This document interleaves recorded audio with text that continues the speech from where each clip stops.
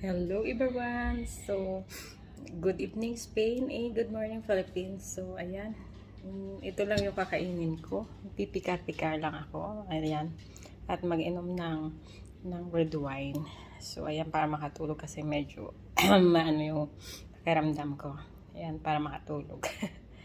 Pero may binabantayan ako mga alaga. So, ayan, para may resistensya. So, ayan. Yan lang, magpikar ako ng chistora, hamon, at saka, ayan, ito, keldas, saka pan, wine, red wine, ayan lang. So, kain tayo mga guys.